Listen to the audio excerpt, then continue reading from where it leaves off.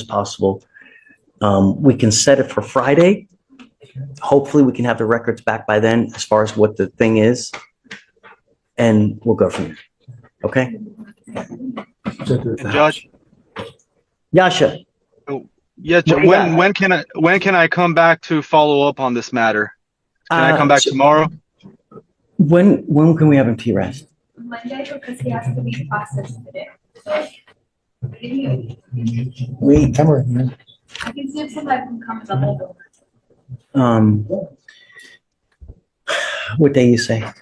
I'm just trying to keep this stuff out of evidence, so. And so let's say we take him in now, he gets processed today, he's in POP tomorrow. Not talking phone. If it doesn't get brought back before tomorrow, then yes, we'll Part of the stay there. case. Let's do Tuesday, just to be safe and have the report. Next Tuesday. If it's back sooner, Oh, you mean for the report to be back? Oh, okay. But I'm talking the actual evaluation. When do you think? Maybe Wednesday? Friday. because it has to be processed. I don't know how long for the. Private issue. Okay, all right. Okay. I'm gonna try to have him evaluated as quick as possible. Hopefully we can have it done by Friday and the report back by Monday or Tuesday, okay? I'm gonna put him back now. So Yasha, if you'd like, we'll have you call the holdover so you can talk to Mr. Terrell now. Is there anything else you wanted to add? Right here, the tension explodes. You've got parents arguing systemic failure, while the judge is focused on personal responsibility. This is the classic courtroom clash. Compassion versus control. And once that line is drawn, someone is about to lose. Judge, I confirm whatever Mr. Terrell just said, about the fact that he needs help. He needs to use his medication.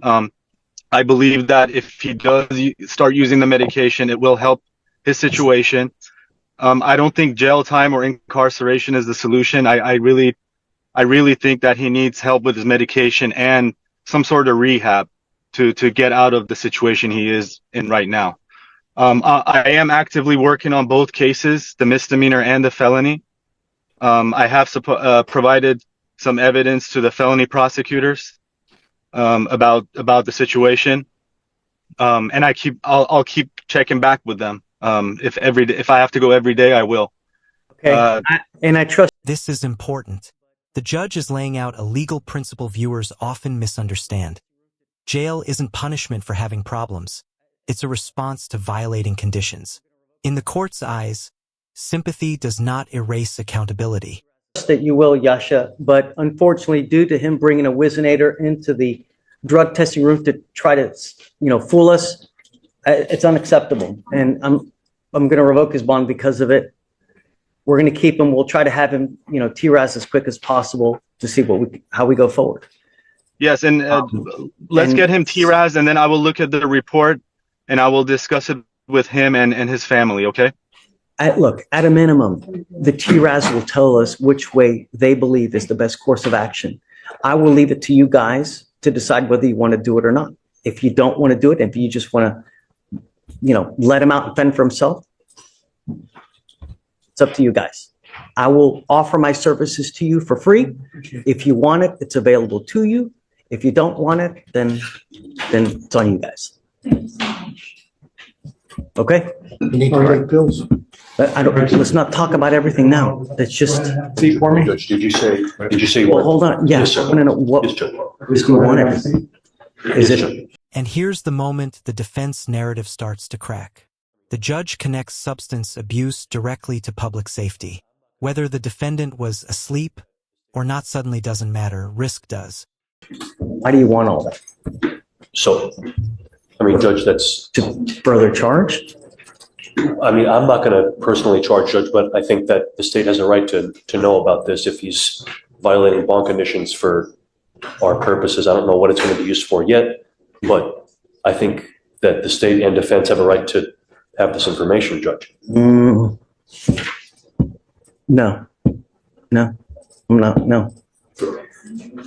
I know. I don't want to add further fuel to the fire and damage. I don't think it's fair. I don't. How is that, Judge? He's violating your conditions, and he's going in there now. I understand, but you don't think that the state This is the line that made this case blow up online, the Whizinator. That device turns this from a recovery conversation into deception. Ask yourself, if someone is truly ready for help, why fake the test? has a right to this information? I don't know. Let me look into it. I'll get back to you on Yes, it. Judge. And I I'll get don't back want to to you. disrespect the court. I defer to your judgment. I understand. I believe that. Let me talk about it and then I'll get back to you Yes, Judge. tomorrow. Okay. And we'll talk about it. You file a written motion. Sure. Okay. Yeah. Okay. Yes, Judge. Yes, Judge. Okay. Judge, do you want me to stop by tomorrow? Yes. Stop by and we'll talk about it as well. Okay. Okay. And I will contact Mr. Terrell. Thank you. Okay. Malik Swearingen. Judge, I believe, is incompetent. He's picked up on these old warrants from 2002 and 2001. The situation where they were mental health crises that they came out. He was in custody of his father and grandmother at the time, and they were working to try to put him in CPS custody. Now that he's adult, his mother and a family friend that he works for is here. Allison Matthews was on this case before. She texted me over the weekend once he got picked up, asking me if I could take over. I don't believe he's competent. Mother is concerned because he's in general population. He's been with her, and he works for that gentleman back there. This isn't anger. This is exhaustion. Judges see this pattern over and over. Slow decline, ignored warnings, then irreversible damage. What sounds harsh here is actually fear of what happens next if nothing changes. If we could get him out on a PR bond and not have him in custody to do the competency exam. And we do release instructions where he's picked up by her tomorrow at another time. If I bring him out, can we talk to him or no? You can talk to him, but he's going to be talking about things that are not relevant. Okay. You know. How old is he, Lauren? He's 20. He'll be 21 December 1st. What's he been doing with his life? What he's been doing since he just started living with me. Is it recent? Has it always been like this? Was there a catastrophic event that? From his father and his grandmother. Yes, sir. What happened? I'm not his father. Has he already always had mental health issues is what? Not his father gave him some drugs, like some. Father gave him drugs? Yes, it was embalming fluid, yes, and it messed him up, like. Did he give him? Embalming fluid. Is that, PCP. right, will you dip a cigarette and then smoke? Mhm. Yeah, he used to play sports, he used to play football, and just. That's so sad. Where's dad now? In prison. Good. Yeah. At least now we know that son's protected, although problem is he did the damage while he was out. Yeah. How long is he gonna be in? He's supposed to be getting out sometime, I guess, I don't even know, sometime this year I know of. Because, I mean, if I let him out, I had serious concerns about him having contact with dad. I don't want him to have No, contact. he don't want to have contact with his father. I mean, I don't talk about it on his father, but he knows what his father did. Like, you know, he stays with me now Where was he before? with his dad and his grandmother. They always want to put him in a psych ward. Should we have him evaluated by a doctor here to see what the proper, Lori, should we have him evaluated by a doctor to see what the proper care is? I am getting him evaluated for competency. That's what the plan is to do. The mother has a concern of him waiting in jail to do that. And they don't have the money to afford the $15,000 bonds. And so they asked me to see if they could get them reduced. Problem is that you have to understand, you let him out, he doesn't show up to court. He just doesn't. Yes, sir. Now that I'm informed of it, he will be in court. He will go and take his mental evaluations, his whatever is he has to do. I'll make sure he gets it done. Good morning, Mr. Swearingen. Good morning. How's jail? It's jumpy. Yeah. It's not a fun place, right? Your mom wants me to let you out, but when I let you out, you never come back. The problem I have is that I would love to let you out, but I know if I let you out, I'm not going to see you again until we arrest you. And that's a problem. Sir, have a seat. Have a seat, please.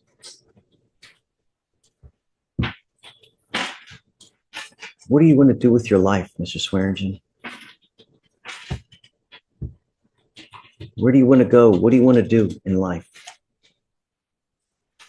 Do you want to do anything? Talk to me. It's okay. I want to help you. I don't want to keep you in jail. I want to let you out. But I have to know that I can trust you and that you're not going to be a danger to anyone. Can you help us with that?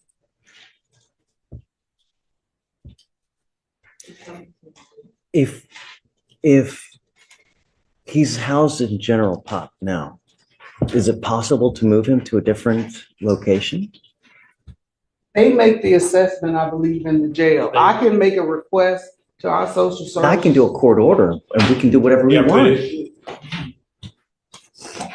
If You can do the court order, you could probably ask for it to be placed in the MSU housing. The only thing is, before they do that, he'll have to be reevaluated by the doctors there in the jail. Then, at that point, if they find that it's viable, then they will put him there. Matter of fact, let me see. I mean, Lori, we can kill two birds with one stone here. Yeah, he's on the 5th floor. He's not on that floor. He would have to be on the second floor. Is that the MHMRA floor? Yeah, that's half of that floor is for that.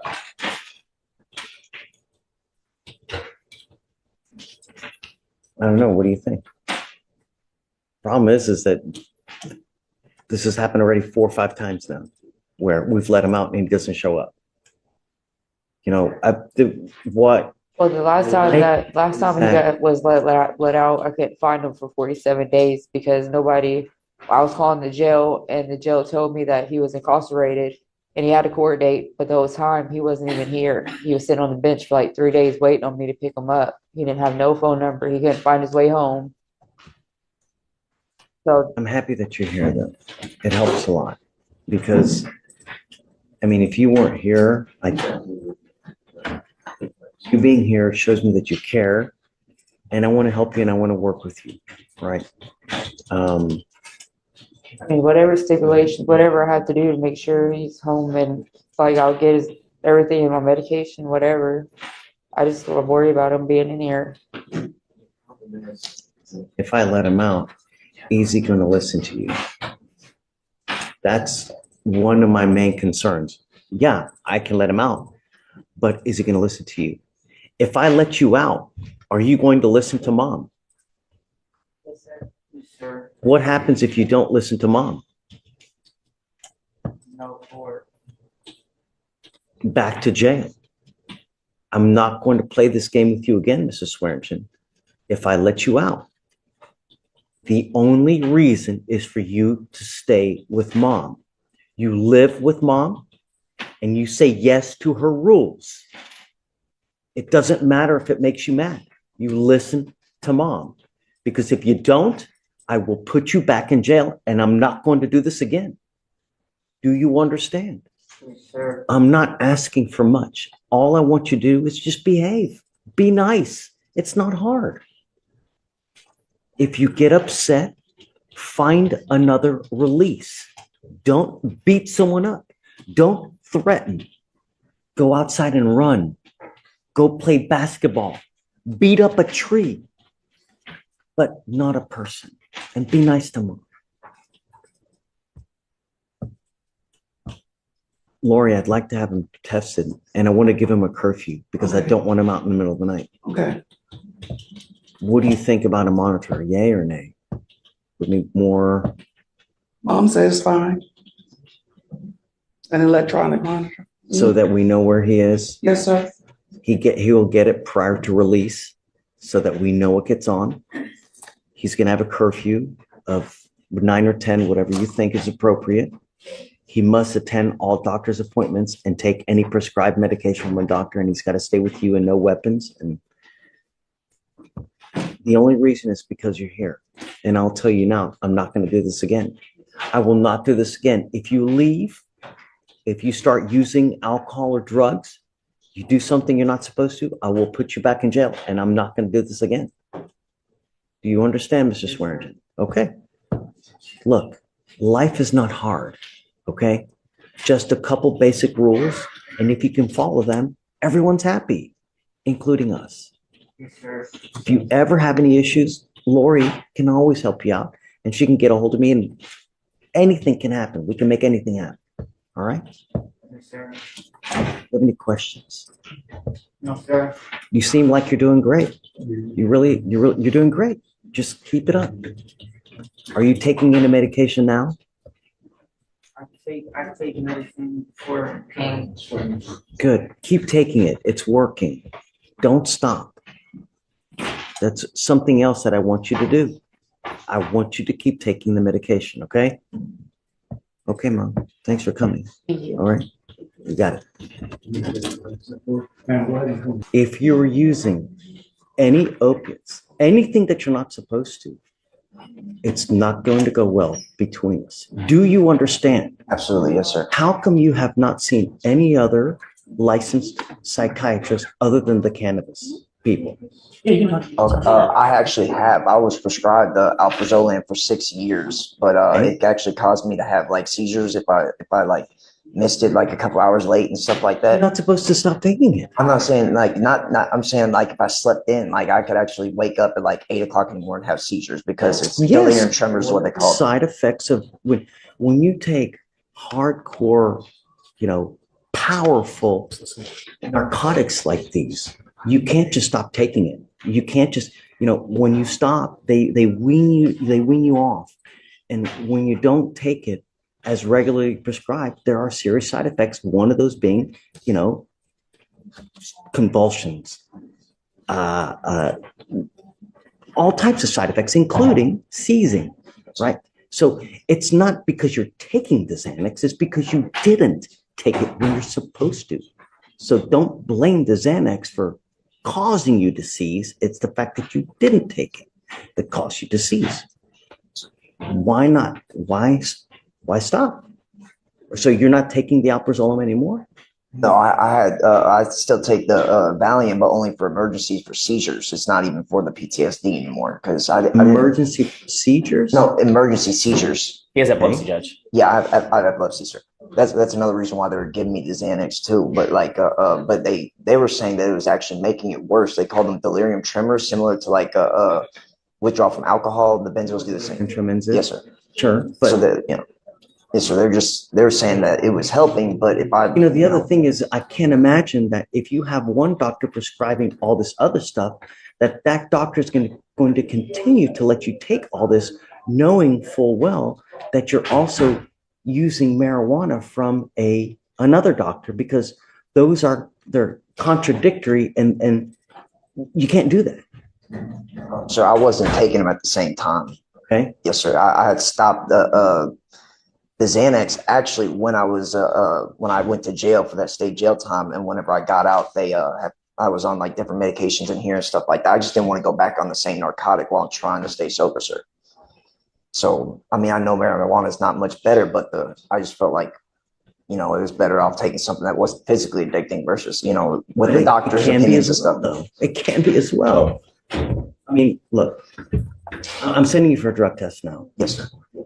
We need a complete list of everything that you're legally prescribed to take, because I want to know what you're allowed to take, and that's it. Yes, sir. Because I also need to know what's going to show up in the blood test and what's not supposed to show up in there. Yes, sir. But don't use anything that you're not prescribed to take. Yes, sir. And for sure, you best not get into a car. Yes, sir. I will absolutely lose you if you get into a car. Do you understand, Mr. Jones? Absolutely. Yes, I don't know how much more plain and clear that I can make this to you. Don't. gets into a car.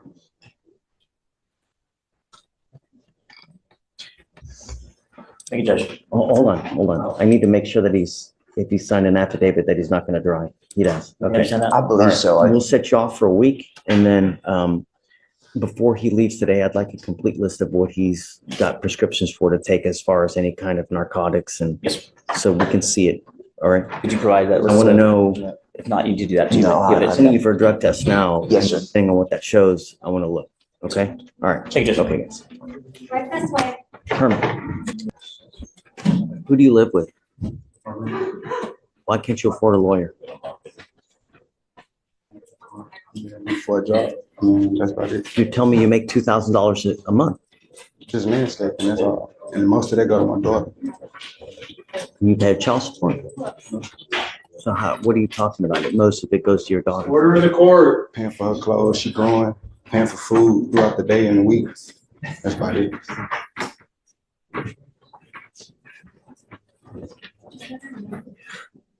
Who has custody of your daughter?